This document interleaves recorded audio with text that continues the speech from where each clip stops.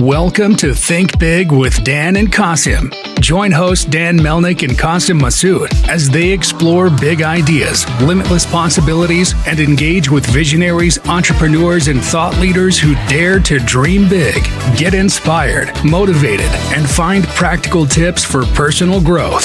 Think big, dream bigger, and ignite your potential.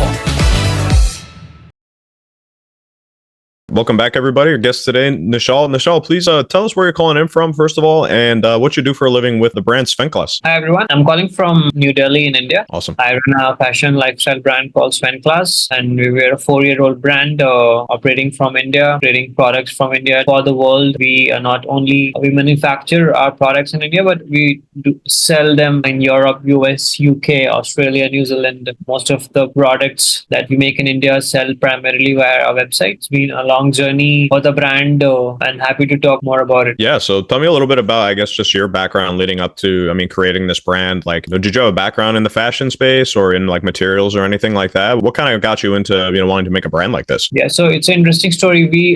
I don't have any background actually. The inspiration for this actually came from watching Shark Tank USA. Yeah, so I was watching Shark Tank US with my friend who happens to be the co-founder, and there was this startup called Rare Form, which were making products from recycled billboards, which you see at the airport, because most of the billboards at the airport don't get recycled. They either get burnt or thrown into the landfill. So we thought, why not we do the same thing in India? But we ran into supply chain issues. And a year later, we spent a year on that idea, but could not execute it because of raw material issues. And then we thought, why not create a design-driven, sustainable luxury lifestyle brand with a very minimal Scandinavian aesthetic. That's why the name has came about. Svenklas meaning Sven plus class. Sven is youth, class victory, so becomes a victory for the youth. That's the meaning behind the brand name. And when we launched, we had only 4 to 5 designs. We spent 6 to 8 months finding the right set of manufacturers, which was not easy because we wanted to partner with people who have local artisans, handcrafted, highest quality materials. The worker wages, all the auditing is done in terms of worker rights. The factories are making sure the factories are going in the right direction of following all the practices with regards to residual waste management, and are they using some sort of renewable energy for powering the factory. So we spent 8 to 10 months finding the right set of factories. We did found a couple of folks who were ready, who luckily for us got ready to take our first order, and that's how it all started. When did you watch that episode of Shark Tank and kind of spawn this idea? 2019 is when we started, but then couple of years we were doing pretty well. Then COVID hit, unfortunately. We were in US as well. Before COVID, we tied up with couple of retailers in US. We were present in 20 plus cities in USA, but unfortunately for us, US COVID came and we got a hit. Some of the stores got shut down. That was part of the brand, the up and down, I would say. That was one of the part of our journey as well, where we had to face a lot of challenge, but we navigated it in terms of support from our customers, primarily from our customers who kept us afloat, and we kept on designing more unique, utilitarian, design-driven products. And we're a strong brand. I think that helped us in terms of from day one, we focused a lot on building a strong, solid brand. I think that has helped us gain a name for us in the market, and also we were able to sort of withstand the COVID wave because of I think branding played a very important role, because a lot of time people were buying because of word of mouth, good reviews and good branding. So I think that really helped us navigate the challenge of COVID. Yeah, that's amazing. I love that story. And I know you mentioned most of your sales today are still direct to consumer. So, and you ship globally, obviously. So where do you find is kind of your biggest consumer market between what you sell in India and the UK and the United States or anywhere else? What seems to be the biggest market for you guys? So India is obviously, we are based here. It's the biggest market. After that, US is second largest market. Third is UK, and both Europe and Australia, New Zealand is up and next big markets. But I think we're seeing Dubai, Singapore also picking up for us in terms of customers placing orders from these geographies. But after India, I think US is the biggest market for us. Yeah, and I guess I'm interested, what kind of channels do you utilize? Are people typically buying straight from your website? Are you on Amazon? Amazon? Well, what's kind of your biggest revenue channels for reaching people? Major revenue channels are our website and Amazon. Awesome. Primarily, these two channels we focus on to drive traffic on Amazon ads or Facebook Meta ads, and these are the channels which convert the best for us. Although we are present on a lot of platforms, blog platforms, curated marketplaces, but that's only for branding, visibility, awareness. But the sales come from primarily from our website, D2C, and Amazon primarily. Yeah, that makes sense. And I know you mentioned, obviously, you kind of got a loose idea for, doing a brand like this for something you saw on Shark Tank. But, what was your kind of main idea in making something that was a little different? Like, what was basically the problem in the market of these types of products that you were looking to solve to make it a little bit different? So we took 4 pillars. So one was sustainability, obviously, which is missing in the Indian market. Second was building highest quality luxury materials in terms of making the highest quality products from sustainable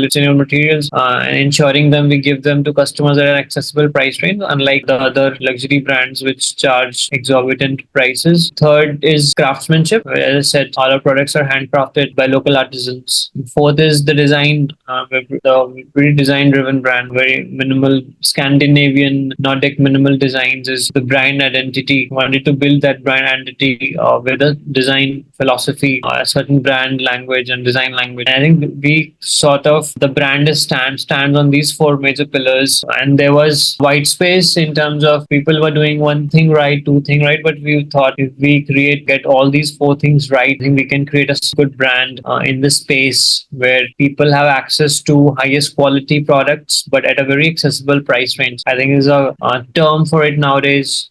People call it, new luxury. Some call it quiet luxury. Also, like less is more, sort of that slow luxury. Some people call it. So we want to ride that wave of new luxury, you can say, where the brands are not driven by pricing and scarcity and exclusivity, but more by experiences, more by meaning, purpose, more by people having access to the same quality of products which they would expect from any big luxury brand. So that's the main USP, and obviously giving them the same great designs as they are used to with other big players. So that's the main USP behind the brand. Yeah, I love that. And what do you kind of find is your sort of ideal customer that you sell to? I mean, assuming selling globally, I'm sure it's probably a little bit different in all the regions of the world that you sell into. But what do you typically find as a demographic or maybe age range of who's actually purchasing from you? So since the price ranges are slightly on the higher side, it's more over millennials buying. Some part is 10-20% Gen Z, but most of them are millennials,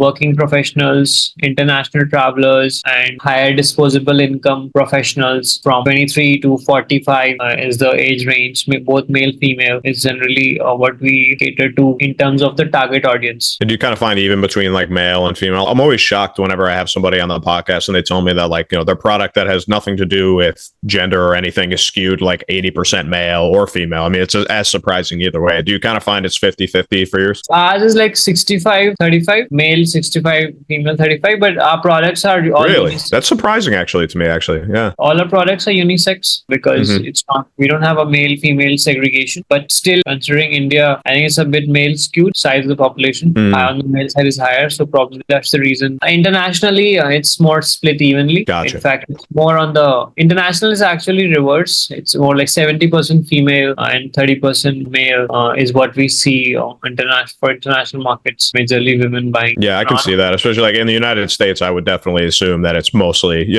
women purchasing products like this for sure. That makes sense for the Indian market for definitely. So, and then I guess I'm curious, have you been approached with any other kind of revenue vertical opportunities, whether it's doing any private labeling, or have you been approached by any wholesale opportunities to sell out of a store or anything like that as well? Or are you interested in doing anything like that? Or are you really just focused on the D2C still right now? Yeah, no, we have started doing that as well. We've started doing private white labeling for some big brands as well. That's great. Started taking wholesale orders as well. That's a channel pretty new for us. We are understanding how to operate it, but we see good potential in wholesale, in white labeling, in private labeling, making for the brands via our huge network of contract manufacturers that we have built. Since we have the good thing that we are in India, so the cost of manufacturing is quite cheap, as almost at par with China or Vietnam or Indonesia. So that gets a lot of attraction from a lot of European American labels because they see nowadays they're seeing a lot of problems in Chinese market. So they're turning to India for manufacturing. So we're seeing that pick up. And I think we've just started to also focus on wholesale and making stuff for brands and even giving them suggestions on how to, giving them various design and making products for them, entirely new products for them. So that is, I think, a good opportunity for us that we are exploring. Yeah, that makes sense, especially because I know that you mentioned that the finding a proper manufacturer that does all the things the right way, that they're sustainable and have renewable energy going into the factories was obviously took you a while to kind of carve that out. So that makes sense that you would be doing some private labeling and more like bulk production coming from that. So that's awesome. No, I love that. And it's I'm always interested to hear different types of brands, which types of verticals they're operating in, because especially with private labeling, I think it's something that's under leveraged for a lot of brands. And I'm happy to hear that you're kind of open to those types of opportunities. And I think other people, anybody who might be listening, I think it's worth it to at least consider. I think a lot of people with their brands, especially very early on, can be a little it's a little too close to their heart to be putting it out and letting other people put their brand on it. Or I'm always interested to see people's perspectives on that. Yeah, and because in India, the biggest advantage in supply chain in India is that you don't have the MOQ, minimum order quantity constraint, like in China. Like if you're ordering from China, you need to have 5,000, 10,000, 20,000 order quantities. So I mean, in India, we can even go as low as 100, 500. There is no such barrier of the minimum order quantity, and maintaining almost the same, I would say, the price, the cost of goods with almost slightly on the higher side, but not as higher also as you compare to China. And plus, the MOQ can do drastically low MOQs as compared to China. So I think that's a big advantage, huge advantage, because shipping cost remains the same if you ship it from China or India, because they're geographically almost next to each other. So that cost being the same and cost of goods not being also almost the same. The only issue with Chinese vendors is their charge. They take very low, huge orders to give you that sort of pricing. So I think that is what attracting a lot of brands to us, that there is no minimum order barrier. We can, as I said, start from as low as 100 to 100. And I think that is what it's making manufacturing in India in terms of white labeling pretty exciting. It's one of the reasons I feel this has a good scope to grow. Yeah, I think it is such a huge advantage. And I mean, the more people that I speak to on the podcast and just in general conversations, I mean, I think India is becoming such a bigger part of the manufacturing conversation. And people keep telling me it's the decade of India here coming up. So, and I believe it. The more and more I hear about these great Indian brands and the logistics of doing business with India as far as their manufacturing goes. I mean, doing MLQs and out of some of these factories as low as 100, 200, that's just very attractive to a lot of growing brands. So yeah, it's an amazing thing. And it is a huge advantage. And yeah, it's amazing. I think it's important for people to understand that those opportunities are out there. I think a lot of people just look to the traditional, the Chinese vendors and Chinese factories and the more traditional places. But yeah, I think that's really important for people to know. So I appreciate you sharing that. But Nischal, I just want to say thank you again for coming on. I really appreciate all of your insights and everything that you're doing. I love the brand. I love that you're doing things sustainably. It's obviously super important for everybody. So, it's always great to see somebody who's having, great success with a brand, who's also doing things the right way and sustainably. Just, for other people that know that are looking maybe to, be an entrepreneur, to know that it's very feasible to do things this way. You don't have to do, the old school way that's bad for the planet. You can do things the right way and still have very much success like you have. So I really appreciate that. And I just want to give you a quick opportunity just to plug your website, any of your social medias, any way, anybody can, keep in touch with you, and whether it's for a potential partnership or, to place an order, just let everybody know how to stay in touch with you guys. Yeah, definitely. I think all of the credentials, happy to share with you, and you can obviously put them on your podcast. And oh, absolutely. Yeah. Connect with also one thing I wanted to add, since we're talking manufacturing, if you compare China to India, so in China, there's a very bad habit of Chinese vendors creating knockoffs of companies' products, which have become hugely successful in Europe or US. So generally, you will see Chinese vendors creating, very quickly they make knockoffs and sell it in Singapore, Malaysian market. So that doesn't happen in India because it's more ethical in terms of supply chain. So I think that's also an added advantage in terms of supply chain that you see in India with Indian manufacturers. Yeah, it's amazing. Like I said before, I mean, the more and more I hear about, people taking their business to India, I mean, it definitely seems that way. I can see it's becoming a place of very ethical sourcing for, things that are massively in the market, like these types of materials that you're working with, and of all types, really becoming a rival to China in that space. So no, it's amazing. And I think the more where it's talked about on podcasts like this and just, up and out there. I think it offers people more of an opportunity to get cheap manufacturing with still quality products and, not have to worry about placing, $5,000 to $10,000 for an order. So yeah, no, I really appreciate that. And Nischal, I just want to say thank you again for coming on. Just want to wish you good luck, continued success. I love what you're doing. And yeah, just keep going, man. You're doing great. And yeah, I appreciate you coming on. Look forward to talking to you soon. Sure. Thank you, Matt. Thanks for inviting me and looking forward to connecting with you again soon. Yes, sir. Absolutely. Thank you, Nischal. Thanks, everybody.